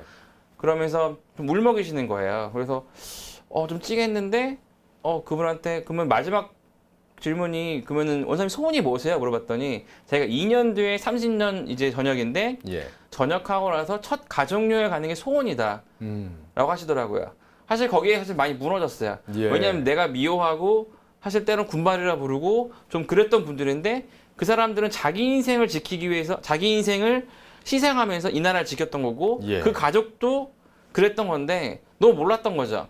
그리고 그랬으면 당연히 되게 자랑스러워하고 되게 명예롭게 해야 되는데 예. 실제적으로 가정여행 한 번 못 가는 게 그분의 삶이었거든요. 예. 그래서 그런 사람들을 기록해보자가 사실은 이 프로젝트 소울드의 첫 시작이었습니다. 아까 프로젝트가 5개를 지금 진행하고 계셨는데 첫 번째 네. 게 어떤 거라고 그러셨죠? 아이몰 솔즈라 그래가지고요. 예. 저분들 한 분 한 분씩 군복을 찍어드렸던 거예요. 군이기 때문에 군복을 항상 입는데 네네. 그런 기록 사진이 없더라고요. 예. 그래서 처음에는 그런 한 분 한 분을 군복을 찍어줬던 시리즈이기 때문에 아이몰 솔즈였습니다. 두 번째는요? 근데 이제 가서 찍다 보니까 한국 사람들은 혼자 찍는 걸 좋아하지만 단체를 좋아하더라고요. 군인 특성상 부대나 유닛이 예, 예. 되기 때문에. 예. 그래서 단체 사진을 찍다 보니까 그게 모이다 보니까 그러면은 이거를 위아 솔저 시리즈라 부르자. 예, 위아 솔저. 네. 예. 그리고 군인을 좀 알다 보니까 사실은 군인이 가장 중요한 가족이거든요. 네. 근데 군인의 가족 중령이라고 한 20년 근무하신 중령분인데 네. 내 와이프는 군인의 아내로서 20년간 있었는데 군인을 너무 모른다. 왜요? 일단 군인 자체가 가족들한테 모든 거 알려줄 수 없는 상황이고 그렇죠. 약간의 보안이 있으니까요. 그리고 네. 육군 같은 경우는 해군이나 공군 같은 경우는 관사라 그래서 부대 안에 아파트가 있는 반면에 예. 육군은 대부분 부대 밖에 있습니다. 네. 그러면은 특이하게 그 자기 높은 지위거나 사무실이 있거나 그런 분들이 아니면은 가족이 부대에 오는 게 쉽지가 않거든요. 그럼 내 아버지가 내 남편이 내 아들딸들이 어디서 뭐 하는지 모르거든요. 그러면은 그때 오사다라고 진행했었는데요. 예. 그러면은 제가 좀 매주 주말에 올 테니까 예. 가족 사진을 찍으면 어떻겠습니까 했었거든요. 근데 그게 처음에는 그냥 한번 찍어보자 그랬는데 사실은 반응도 좋았고 예. 제가 하는 방식이 뭐냐면 반드시 가족이 일하는 자리에 와서 좋건 나쁘건 그 자리에서 내 아버지, 내 어머니, 내 아들, 딸들이 뭐 하는지 보고 5분 정도 설명을 듣고 그 자리에 기록을 하는 거였어요. 예. 그래서 72가족 정도를 한 5개월 동안 기록했던 거고요. 참 어떻게 보면 가족과 우리 군인 그 추억을 만들어 주셨네요. 필요하니까요. 잊지 못할 추억을. 그리고 네 번째가 이제 그 제가 참전 2016년에 용사들. 예. 군복의 전시련인데 그 참전 용사분들 지나가다 보시고 네. 우연히 저도 38에 처음으로 외국군 참전 용사를 뵀습니다. 예. 근데 그분에게 잠깐 얘기 들었는데 내가 한국군 참전했다. 근데 그 자부심이 엄청났어요. 그 예. 눈에서. 예. 아니 저런 사람들은 처음 봤거든요. 네. 저 사람은 우리나라 사람도 아닌데 왜 전쟁에 참여했다는 거 맞고 그거에 자부심이 있을까? 곰곰이 생각해보고 사실은 우리가 광복이란 것도 있지만 지금의 체제를 유지하기 위해서는 사실 한국 전쟁 때문에 생긴 거잖아요. 예. 그분들이 한국 전쟁 승리했기 때문에 지금 우리나라 이렇게 된 거 잘 살게 된 건데 예. 사실 그분들에는 기록이 없더라고요. 그래서 이제 그분들을 기록해 보자라가 또 시작한 겁니다. 예. 그리고 마지막이 지금 마찬가지로 주변에 너무 많이 군에 다치거나 사고 나거나 그런 가족들 희생을 하신 분들. 그렇죠. 왜 그것도 기록이 없기 때문에 베이스적으로 모든 프로젝트 솔더라는 거는 기록이 중심이 된 겁니다. 저희가 지금 우리 라미언 작가님의 그 사진들, 그런 작품들 정말 보면서 좀 무너져가는 우리 안보에 대한 생각 다시 한번 가졌으면 좋겠는데 어떻게 하면 이 작가님의 사진을 좀 만날 수 있을까요? 일단은 뭐 저는 이제 대부분 페이스북으로 많이 활동을 하고요. 페이스북에 어떻게 검색하면 되나요? 페이스북에 프로젝트 솔저라고 치시면은 프로젝트 솔저요. 네, 페이스북 페이지가 있고요. 네. 거기에 제가 촬영하는 거의 모든 사진을 다 올려서 확인할 수 있습니다. 예. 그리고 또 이런 분들도 계실 것 같아요. 와, 정말 뜻깊은 일이고 좋은 일이다. 좀 돕고 싶다. 그런 분들은 어떻게 하면 될까요? 마찬가지로 제가 이제 사실 모든 거를 지난 5년간 자비로만 했었거든요. 예. 그렇기 때문에 자금이 많이 힘들고 그랬을 때 누가 조금 좀 도와주시는데 예. 그런 후원할 수 있는 계좌 같은 경우도 페이스북이나 제 인스타그램 그런 데 있으니까 보시면 후원해 주면 감사하겠습니다. 예. 지금 라면 작가님께서 바로 옆에 미국 참전용사신 것 같은데요. 네, 맞습니다. 이분의 저 사진, 저 표정이 정말 저는 정말 인자한 할아버지신데 저분의 그 젊은 시절에는 우리나라를 지켜주기 위해서 정말 총알을 뚫고서 우리나라를 위해서 많은 희생을 거친 그런 표정이 지금 다 저 주름살에다 담겨 있는 것 같아서 참 감동인 것 같습니다. 왜냐면 이분들이 사실은 여기 예. 섰을 때는 지금의 늙은 노인이 아니라 예. 그 당시에 전쟁의 청년이죠. 군인으로서 네. 다시 보이고 싶으신 거거든요. 예. 그 자부심하고 그 인생의 마지막을 예. 그런 모습으로 기록하고 싶은 거고요. 그렇기 우리가 때문에 꼭 저는 기억해야죠. 네, 그냥 이분 찍기만 하는 그런 모습 나와야 돼요. 예. 네. 우리 작가님께서 더 많은 사진을 좀 찍어주시길 좀 부탁을 네, 드리겠고요. 열심히 찍겠습니다. 그러면 저희는 작가님의 페이스북 프로젝트 솔저스 네. 거기 검색해서 들어가서 작가님의 사진도 열심히 보고 그리고 후원도 하고 그랬으면 좋을 것 같습니다. 작가님 오늘 나와주셔서 대단히 네, 감사합니다. 감사합니다. 예, 제가 뉴스를 진행하면서 이렇게 감동을 받아본 거는 참 오랜만인 것 같습니다. 여러분 프로젝트 솔저스 페이스북에 들어가셔서 꼭 한번 검색해 보시기를 부탁을 드리겠습니다. 다음 소식입니다. 이 GM 본사가 대규모 구조조정에 들어갔다는 소식 들리고 있죠. 그래서인가요? 이 한국 GM에도 지금 요즘 불안감이 굉장히 크다고 합니다. 한국 GM은 이미 판매 실적이 계속 떨어지면서 군산 공장을 폐쇄를 했기 때문인데요. 관련 내용들 윤희성 기자와 함께 자세히 알아보도록 하겠습니다. 윤희성 기자 어서 오십시오. 네, 안녕하십니까. 자, 일단 한국 GM 판매고 요즘 많이 줄고 있죠? 예, 지금 이 한국 GM 역사상 최저 국내 판매량을 지금 기록하고 왔습니다. 그런가요? 네. 그 10만 대 미만으로 판 적은 지금까지 한 번도 없었는데요. 예. 그 이제 잘 아시다시피 이제 대우자동차였습니다. 대우자동차에서 이제 그 2000년대 이제 부도가 나면서 예. 그 2002년부터 이제 그 GM 대우라는 이름으로 이제 법인이 발족이 되면서 그때부터 지금까지 16년간 그 국내에서 이제 10만 대 미만으로 판 적은 없었는데 예. 올해가 아마 이제 10만 대 미만으로 파는 첫 해가 될 것 같다는. 아니 왜 이렇게 전망입니다. 많이 떨어졌나요? 지금 일단 그 잘 아시다시피 올해 2월에 이제 군산 공장 폐쇄가 됐죠. 예. 그래서 이제 그 폐쇄 후에 이제 GM 본사에서 한국 사업을 철수할 수도 있다라는 이제 그러니까요. 여러 가지 메시지들이 지금 전달되면서 국내 이제 소비자 입장에서는 이게 자동차라는 게 이제 AS도 있고 단기적으로 일회성 소비가 아니라 이제 오래 타고 관리해야 되는 제품인데 이걸 사면 이제 과연 이게 유지가 될 건지에 대한 의구심도 있고 그래서 이제 이 소비를 많이 꺼리고 있지 않느냐 이런 분석이 일단 나오고 있습니다. 엎친 데 덮친 격이다 그런 말씀인데 예. 거기다 지금 하나가 더 올라가는군요. 미국 GM 맞습니다. 본사가 지금 구조조정한다고요? 그 GM은 일단 자동차 산업 전반이 엄청난 변화의 소용돌이에 빠져들 것이다 조만간에. 예. 그래서 뭐 자율주행 차니 전기차니 이런 얘기를 하면서 신차들이 나오고 그러기 위해서는 일단 여력을 마련해야 된다. 그래서 엄청난 구조조정에 돌입했습니다. 예. 그래서 이제 미국과 이제 캐나다에 있는 공장 이제 그 3개의 공장 완성차 공장하고 2개의 부품 공장을 일단 이제 폐쇄하거나 뭐 다른 용도로 변경하는 정도의 구조조정을 하고 있고요. 인력도 임원들 경우에는 25% 정도, 그다음에 노동자들의 경우에 15% 정도 감축할 것이다라고 지금 밝히고 있습니다. 자, 그런 여파가 이제 그러면 한국 GM에도 밀어닥칠 수 있는 건가요? 그렇죠. 이 기사가 나오고 난 뒤에 이제 미국에서부터 이제 이 구조조정이 시작된 게 결국은 이제 그 군산 공장이 시작한 거 아니냐라는 분석도 있고요. 예. 군산 공장을 시작으로 미국에 있는 공장들, 캐나다 공장들 그리고 다시 지금 경남 창원에 있는 공장까지 지금 스파크라는 경차를 만들고 있는데 경차는 이제 특성상 이제 수익성이 좋지 않습니다. 예. 그리고 이제 국내 이제 인건비 자체가 높기 때문에 이 부분이 있어서 약점으로 지금 작용하고 있죠. 그래서 이제 아마 창원 공장도 철수하지 않을까라는 우려의 목소리가 업계에서는 지금 팽배하게 나오고 있습니다. 예. 그런 상황에서 이제 불안감에 떠는 이제 상황이 된 거죠. 이 노조원들도 그렇고 그 정부에서도 이제 그 노조들이 이제 원하죠. 지금 이거를 이제 철수하면 안 된다라고 해서 지금 산업은행이 지금 한국GM의 2대 주주로 있는데 예. 최대한 이제 돈을 풀어서 어떻게든 유지를 하려고 했는데 이 법인을 분리해서 이제 핵심 사업인 R&D 사업만 지금 별도로 분리해서 유지하고 나머지 이제 철수할 수도 있다라는 이제 분위기로 흘러가고 있어서 예. 그 산업은행 이제 문재인 정부에서 이제 임명한 이제 산업은행장 이동걸 산업은행장은 일단 이 결정 이거 R&D 부서를 분리하는 이 법인 설립 자체를 반대하고 있고 민사소송을 걸고 있습니다. 한국 GM에게 예, 그런 상황으로 지금 치닫고 있어요. 이게 철수가 지금 아직 확실하지도 않고 되지도 않았지만 당장 판매가 줄어드는 걸 보면서 뭔가 문제가 있지 않느냐라는 그 분석이 업계에 나오고 있습니다. 거기다가 일단 GM 본사에서 자동차 업계가 큰 지각 변동을 뭐 마주하게 될 것이다라는 어떤 그 전망 때문에 예. 지금 구조조정을 하고 있으니까 아무래도 여파를 좀 피하기가 쉽지 않을 것 같군요. 예, 좀 걱정이 좀 됩니다. 네, 윤희성 기자 소식 잘 들었습니다. 예.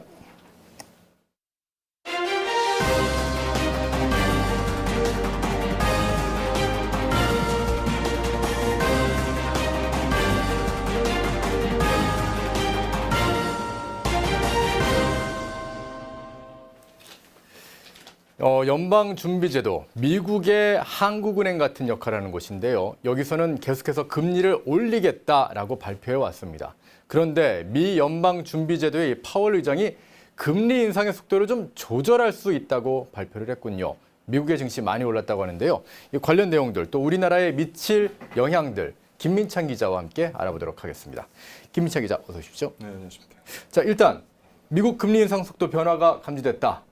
지금 파월 의장이 그렇게 얘기한 거죠? 네, 일단 그래프를 좀 띄워주시겠습니까? 예. 네, 그래서 미국이 금리 인상을 올해 들어서만 3번 단행하지 않았습니까? 예. 그래서 올 초에는 한미 금리가 역전이 되면서 현재는 미국의 금리가 한국보다 0.75포인트가 높은 상태인데요. 지금 빨간색이 미국 금리고 그리고 파란색이 한국 금리군요. 그렇습니다. 네. 그래서 연준은 12월에도 추가 인상을 하겠다고 뭐 계속 강조를 해왔었고, 예. 뭐 각국의 정책 담당자들 또 투자자들은 뭐 그거를 받아들였었습니다. 그렇게 예. 되는 걸로. 뭐 급기야 지난 파워포인트 좀 자료 화면 띄워주시겠습니까? 파워포인트. 예, 다음 장이요. 급기야 지난 10월에는 파월 의장이 정책금리가 정책금리가 중립금리에서 멀리 떨어져 있다라는 예. 발언을 했는데요. 중립금리라는 것은 경제가 그러니까 성장도 아니고 침체도 아닌 상태 정도의 금리를 얘기하는데 예. 지금 이 위의 얘기는 금리 인상을 아직도 많이 단행을 해야 된다는 그런 의미입니다. 그렇죠. 그러니까 금리를 올리게 되면 돈이 그만큼 빨아들여지니까 경기가 좀 이렇게 다운되고요. 그리고 돈을 더 풀게 되면 경기가 살아나는데 그 상황에서 이 중립금리, 딱 균형을 이루는 그 금리에서 너무 멀리 떨어져 있으니까 금리를 끌어올리겠다 그런 의미였고요. 그런데 말이 좀 바뀐 거죠. 그래서 이제 그 얘기가 나오고 나서 오히려 그 미국의 이제 그 주가 랠리가 멈추고 했는데 네. 말씀하신 대로 그 주장이 지금 그 발언이 바뀐 겁니다. 네. 180도 바뀌었는데 지금 그 화면을 봐주시면은 11월 8일 발언에서는 정책금리가 중립금리 바로 아래까지 머물고 있다. 바로 예. 아래까지 왔다라는 예. 얘기인데 이거는 이제 정책금리 인상을 할 여지가 많이 줄었다라는 얘기로 거의 180도 전환이 된 거기 때문에 예. 앞으로 금리 인상 속도를 조절할 거다라는 걸로 해석할 수 있을 것 같습니다. 자, 그렇다면 분명히 뭐 실제로 금리가 이렇게 붙었는지 안 붙었는지는 뭐 미 연준에서 판단할 건데 네. 이런 발언을 공식적으로 하게 된 어떤 배경 같은 게 있을 것 같습니다. 글쎄요, 어떤 아무래도 판단에서 이렇게 했을까요? 트럼프 대통령이 연일 연준을 비난을 해왔고, 네. 뭐 27일 워싱턴 포스트와 인터뷰에서는 누구를 탓할 건 아니지만 네. 연준은 자신들이 하는 일이 뭔지를 모르고 있다 하면서 제롬 파월 의장을 이렇게 저격을 했고, 예. 또 지난달에는 제롬 파월 의장을 하는 행동이 마음에 안 든다면서 뭐 그렇다고 해고는 하지 않을 것이라고 이렇게 반호법으로 경고를 한 적이 있습니다. 그러면은 트럼프 대통령 취임 이후에 새로 바뀐 이 파월 의장에 대해서 계속해서 트럼프가 경고의 메시지를 전했던 게 먹혔다 이렇게도 볼 수 있는 건가요? 그런 것도 있고요. 네. 또 트럼프가 연준의 금리 인상 기조에 대해서 계속해서 인터뷰에서 비난 쪽으로 인터뷰를 많이 했습니다. 근데 예. 그런 것이 미국 대중들이 봤을 때 트럼프 대통령도 레토릭이 강하지 않습니까? 예. 경제 성장을 연준이 가로막고 있다 이런 인식을 계속 심어졌기 때문에 아무래도 그런 여론이 압박을 하지 않았냐.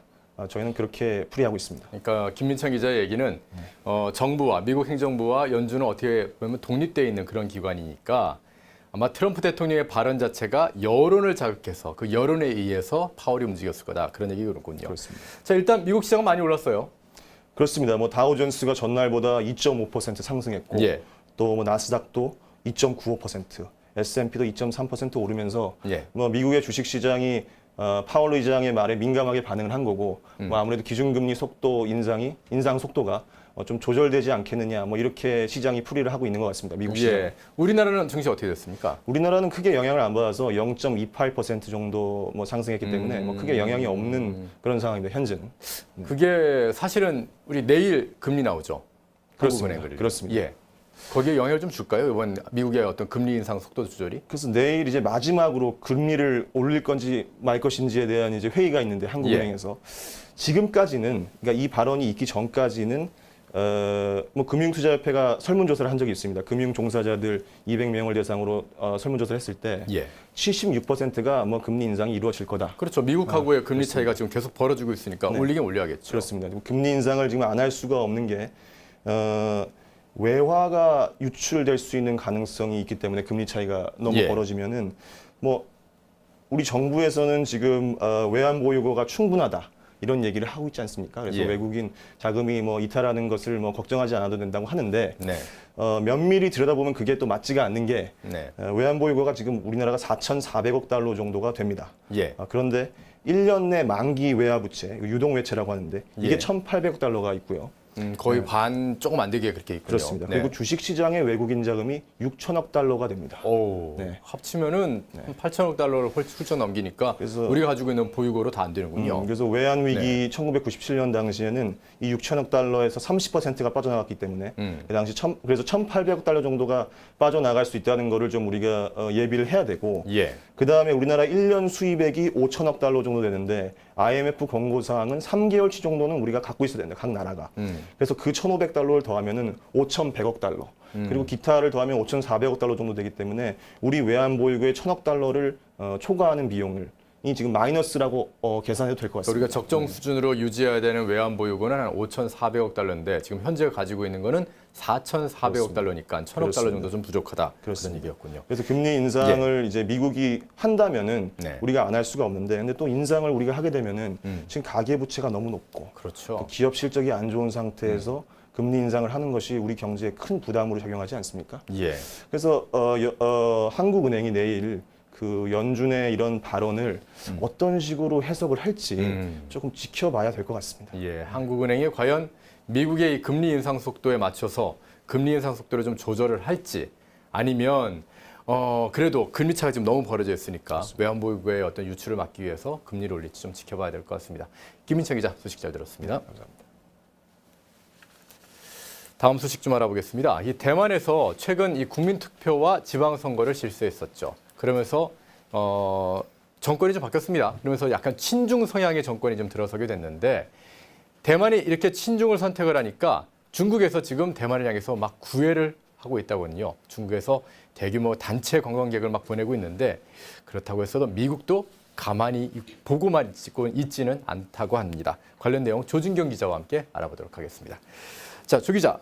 일단 대만이 지방선거에서 이제 친중 노선이 득세를 했는데 이에 대해서 중국이 지금 현재 대만에 대해서 유화책을 그러니까 일종의 구애 행위라고 할 수 있겠는데 굉장히 강화하고 있다고요? 예, 그 지도를 보시면 아시겠지만은 네. 이 왼쪽이 2014년에 이게 그 연두색이 민진당을 상징하는 색깔이에요. 예. 이 민진당은 우리나라 사람들이 흔히 잘못 알고 있는 게 친미면은 우파일 것이다라고 생각을 하는데 친미 좌파 성향 정부입니다. 친미 좌파. 예, 네. 그 차잉원 민진당 정부가 예. 뭐 탈원전도 추진을 했었고요. 예. 그리고 차잉원 총통도 굉장히 이제 동성애에 대해서 옹호하는 입장이었죠. 예. 그거에 대해서 이제 경제적 실책들이 거듭해서 발생을 하니까 예. 국민들이 이번에 살기 힘들어가지고 국민당에게 몰표를 찍어준 겁니다. 예. 다시 한번 그림을 보시면은 오른쪽이 이제 국민당의 색깔이 파란색입니다. 예. 예, 완전히 다 그냥 대만을 장악했군요. 그렇죠. 네. 그러니까 대만에선 지금 유행하는 게 5글자가 있는데 네. 녹지가 남천 파란 하늘로 변했다. 아, 예. 저 초록색이었다가 다 파란색으로 파란 이게 변했다는 얘기군요. 녹지가 파란 하늘로 변했다 이렇게 표현을 해요. 근데 이제 재밌는 거는 민진당의 전통적 지지 기반이 저 예. 지도 보시면 아시겠지만은 오른쪽 사진에 7시 방향 예. 파란색 점이 하나 보이시죠? 네네. 작을 거예요, 저게. 예. 굉장히 작습니다. 그렇죠. 예. 예. 저게 바로 까오슝입니다. 예. 아, 남부 지방의 아니 그것보다 더 아래인데. 예. 네. 남부 지방에 있는 도시인데 네네. 민진당이 20년째 집권했던 지역인데 예. 여기를 국민당에게 빼앗겼습니다. 아하. 예. 확실히 변했군요. 예, 확실히 변한 거죠. 예. 이제 중국에서는 국민당은 친중 우파 성향의 정당인데 네. 이건 또 되게 재밌죠. 왜냐면은 우리나라 사람들은 흔히 알고 있는 장개석 총통 기억하시죠? 국민당의 예. 뭐 20년 전까지만 대만을 해도 세운, 네. 그렇죠. 뭐 20년 전까지만 해도 강경한 반공주의자였는데 네. 그 장개석 총통의 국민당이 지금은 완전히 친중 우파 정권을 변했습니다. 허허, 예. 근데 이 선거 결과가 나오자 중국에서는 이제 우리나라 북한의 대남 적화 기구 같은 게 있다면은 예. 중국에도 대만을 공산화시키기 위한 그런 특별조 같은 게 있어요. 예, 그게 이제 대만 사무 판공실이라는 기구인데 네네. 거기 대변인 마샤오강 대변인이 바로 어저께 기자회견에서 한 얘기입니다. 중국과 대만 도시 간의 교류를 앞으로 더 범위를 넓히겠다. 그러니까 무슨 얘기냐면은 중앙정부와 얘기하지 않겠다. 지자체장들과 직접 교류를 하겠다. 이 얘기를 한 거예요. 이거 예. 어떻게 보면 중국이라는 나라가 대만을 하나의 자기의 그 속지, 그렇죠. 하나의 지방 예. 정도로 생각하고 거기를 대표하는 그 정부는 인정하지 않고 거기 각각에 있는 지방 정부를 예, 생각하겠다. 지방 국민당 선출자들하고만 대화를 하겠다. 이런 메시지를 준 거예요. 이 대변인이 또 이렇게 이어서 얘기한 게 예. 직접 민진당을 거론하면서까지 얘기를 했어요. 예. 민진당이 설치한 이 장애물들을 조속히 제거한다면은 대만 동포들에게도 얻을 이익이 커질 것이다. 예. 예, 다음 사진 한번 보여주시죠. 예. 이 사람이 이제 까오슝에서 예. 그 사진입니다. 까오슝에서 승리한 국민당의 한거위 후보입니다. 예. 예. 이 사람이 근데 사람들이 좀 착각을 하는 게 네. 국민당이면 다 친중할 것이다라고들 생각을 하는데 또 그렇진 않아요. 이거는 제가 이따가 설명을 좀 부연해서 해드리겠습니다. 예. 근데 한거위 후보도 바로 어저께 기자회견에서 성명을 발표했어요. 예. 그래서 일단 뭐 대만의 경제 구조를 얘기하면서 대만의 수출의 40%가 중국을 향한다. 그래서 굉장히 이 대만 사무판공실의 발표를 환영한다는 의사를 밝혔어요. 예. 그러니까 본격적으로 국민당과 중국 정부 간의 어떤 연대가 이루어지고 있는 상황인 거죠. 어허, 그렇다면 갑자기 지금 대만이 친미에서 친중으로 확 기울어지는 건데요. 예, 다음 사진 한번 보여주시죠. 예. 네. 예, 이거는 그 그러니까 뉴욕 타임즈 기사입니다. 사설입니다. 예, 예. 뉴욕 타임즈가 제목 보시면 아시겠지만은 타이완이 중국으로 향해 쓰러지는 첫 번째 도미노가 될 것인가 라는 내용을 이제 얘기를 하고 있어요. 예. 이 칼럼 내용이 재밌습니다. 20년 전만 해도 이제 중국의 최대의 승리는 예. 이 칼럼 내용입니다.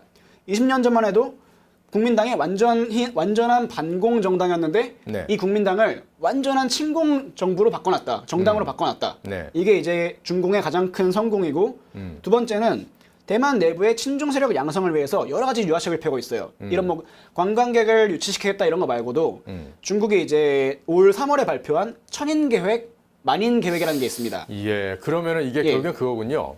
그러니까 미국이 중국을 지금 포위하고 있는데 이 대만이라는 나라를 친중으로 바꿔버리면서 미국의 포위만 한 곳을 뚫었다. 이렇게도 판단할 수 있겠네요. 그렇죠. 네. 예. 미국이 가만히 안 있겠습니다.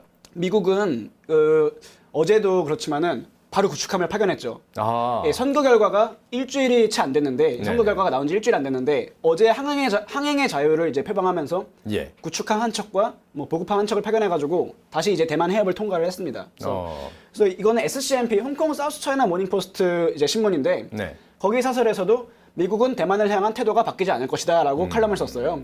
이 무슨 얘기냐면은 선거 결과와 상관없이 대만을 향한 그 독립 지지 정책 자체가 철회되지 않을 것이다. 미국 입장에서는 대만은 이제 불침항모라고 불리거든요.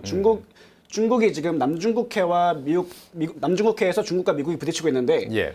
미국이 남중국해에서만 이기면 아무 의미가 없거든요. 대만도 그렇죠. 지켜내야 되거든요. 예. 그래서 구멍이 나니까요. 그렇죠. 그래서 선거 결과와 상관없이 대만의 어떤 중국에 의한 통일은 그렇게 쉽게 뭐 이루어지진 않을 것이다가 지금 전문가들의 어떤 예측이에요.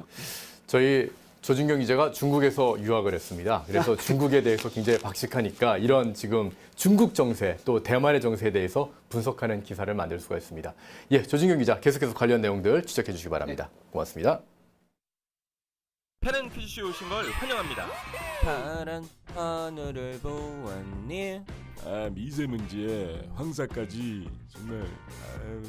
문배 씨는 왜 아직 저기 오네? 왔어요? 왔어! 예야! 시계가 날 닮으면 안 되겠지? 체코 입국허 당한 거 아니야? 편지 받았다면서. 그 말 책임질 수 있습니까? 아니면 코리아 패싱? 아니면 지도 바쁘겠지? 됐고 넘어가. 미세먼지 이제 재난으로 포함시킬지 행안부 검토 중이라던데. 다시 한번. 미세먼지 뭐 미세먼지? 지금 중국 탓할 시간이십니까? 그렇죠. 차라리 경유차 제로화에 힘써야지. 문별장씨, 중국 방송국 앵커가 자비로 만든 다큐 못 봤어. 여러분들도 꼭 한번 찾아보세요. 오늘은 다양한 형태의 자연재난 종류 중 한 가지를 골라 정답 구호로 외쳐보는 시간을 갖겠습니다. 거의 매년 이것 때문에 몇천억 손실을 입는다죠.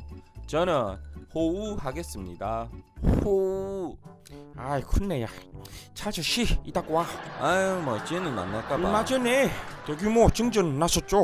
통신마비하겠. 사회재난이고. 오케이. 그럼 제가 뭘 무서워하던가요? 저는 낙뢰하겠습니다. 이제 곧 겨울입니다. 미리 대비합시다. 대설하겠습니다. 자, 문제 나갑니다. 말이 이치나 사리에 맞지 않아서 말 같지 않은 이야기라는 뜻의 사자성어는 무엇일까요? 1. 자토이치 2. 냉면사리 3. 남북철도 4. 어불성설. 오! 안찰스님, 이거 그게 확실하네. 맹인검객 자토이치 이치에 맞지 않죠? 너무 잘 싸워. 낙내. 버커. 낙내. 문배일님, 이거 냉면 아니면 철도겠죠? 대신은 3번 남북철도 아닐까요? 됐어. 그냥 낼자. 최 대장님, 정답은 4번 어불성설 하겠습니다. 최 대장님 정답입니다. 우리는 그냥 밀어붙여. 위원장님, 여론 안 무섭나? 2번 3번도 답 같구만. 시청해주신 여러분 감사합니다. 펜앤 문화센터 개관 기념 펜앤 청춘 콘서트 2018년 12월 8일 토요일 여러분을 찾아갑니다. 진행되는 시간은 오후 2시와 저녁 6시 두 번에 나뉘어 진행됩니다. 장소는 서울시 종로구 인사동 5길 12로 찾아오시면 됩니다.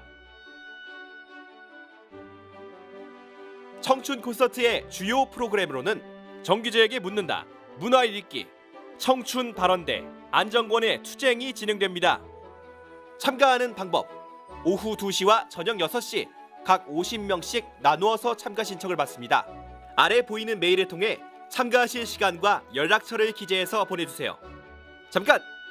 청춘 발언대에서 직접 이야기하고 싶으신 분들 참가 신청 메일에 이야기하실 주제를 함께 적어서 보내주세요. 청춘 콘서트 참가비는 2만 원이며 접수 마감 기한은 11월 30일 자정까지입니다. 펜앤을 사랑해주시는 청춘 여러분의 많은 참여를 기다리겠습니다.